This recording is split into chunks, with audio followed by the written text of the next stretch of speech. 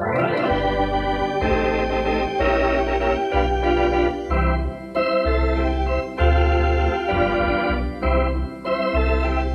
I want to give more of an introduction to our four special guests, all of whom played on either the 1981 or 1988 World Champion Dodgers, who we are featuring today.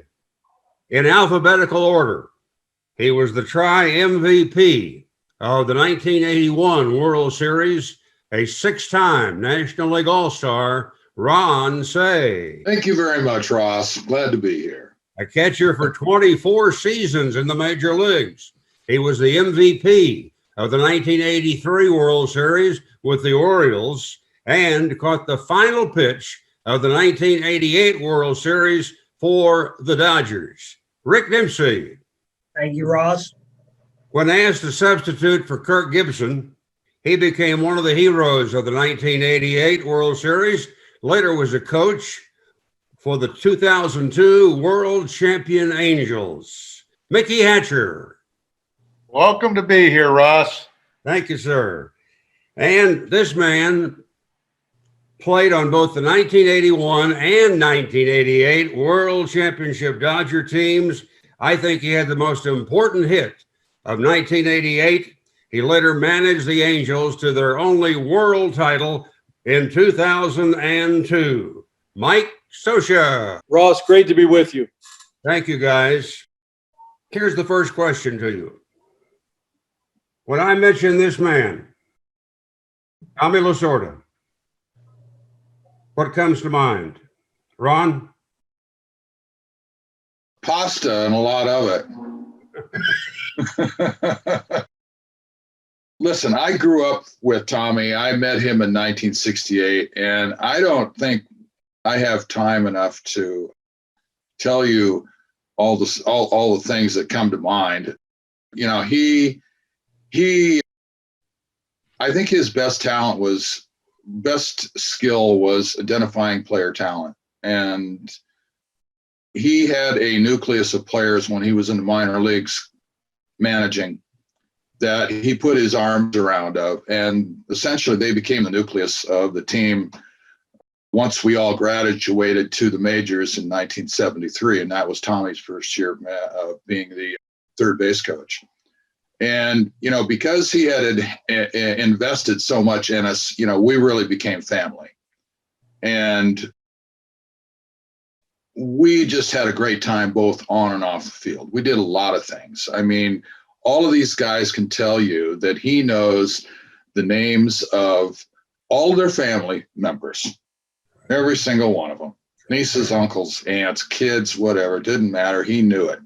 And that's kind of a symbol of how much he was invested in all of this. He was always about that. You know, I think we all feel really fortunate that he was as hands-on as he was, and so was the O'Malley family and ownership, because we all really, I think we all had our best times in the Dodger uniform.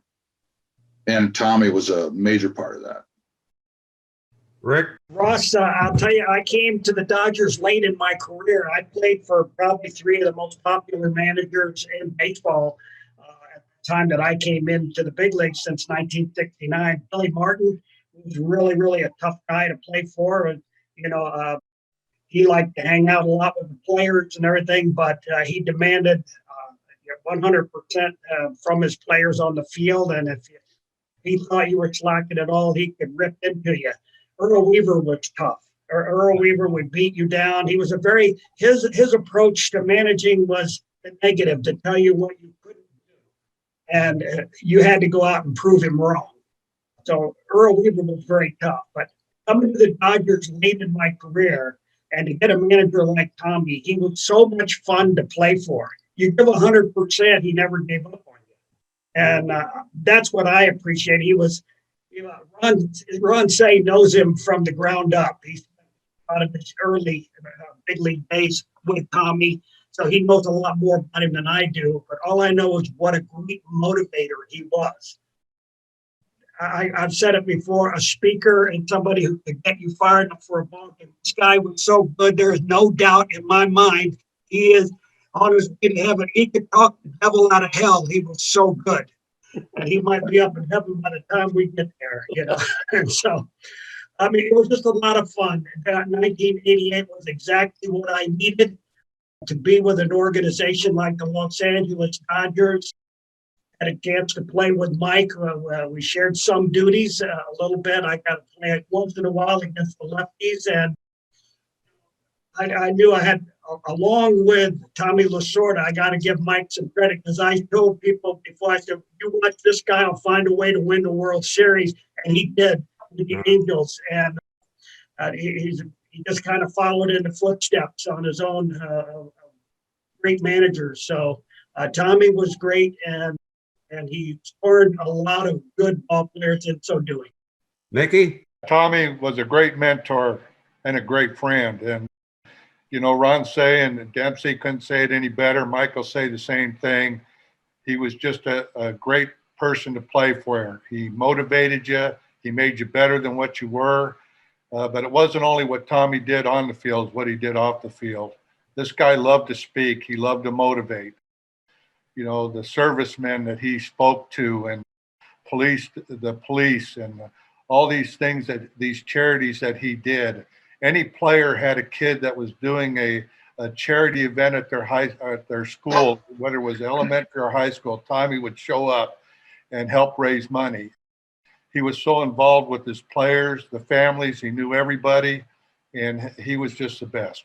Mike, your thoughts about Tommy? I think these guys said it all, and you know, a lot of guys were around Tommy a lot longer, like Guino, than I was, a lot younger. But besides all the stuff you see on the field, and you know, Mickey touched on it about the, you know, stuff he did off the field, like flying to Tennessee to a convent to help nurses whose convent had got the roof blown off from a tornado, flying in to do an appearance for them to raise money. That was commonplace for Tommy.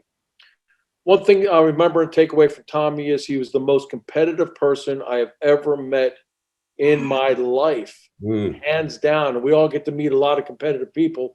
And we thought we were competitors. We played sports when we were young and got into professional baseball, and the minor leagues is very competitive. But Tommy brought it to a different level. And it had such a positive effect on all of us that we, like Mickey said, he made us play better than we were. He made every team, everybody play better than they were. And that's something that we all take with us. And I certainly took it with myself as I went on to manage. One quick story about Tommy, and Tommy's the reason why I ended up in the Dodger organization. I had a scholarship to play baseball at Clemson University, and I was going to go play baseball. That was my mom was a school teacher, said, you're going to school and you're going to get your education first before you think about playing professional baseball. Well, Tommy comes into town in 1976.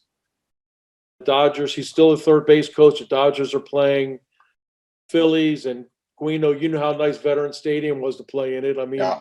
It's like you're playing on asphalt, but the ball flew there if you get it up to a great hitter's park.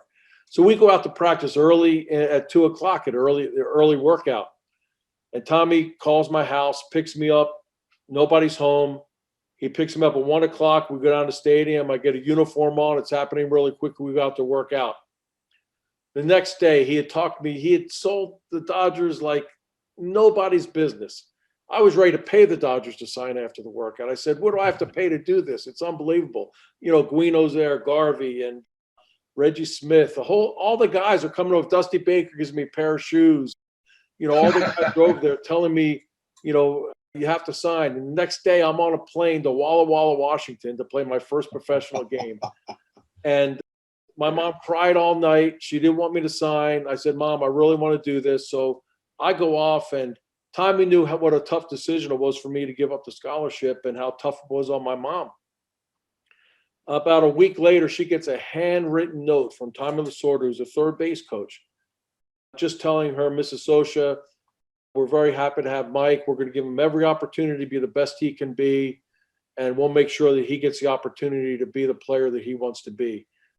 I still have the letter, and my mom called me and was so relaxed and so confident and comfortable now with the decision. But that's what Tommy was about. He wasn't always about the cameras and being in front of the cameras. That was certainly part of it, but the stuff he did behind the scenes for people, it's endless. Wonderful stories, fellows.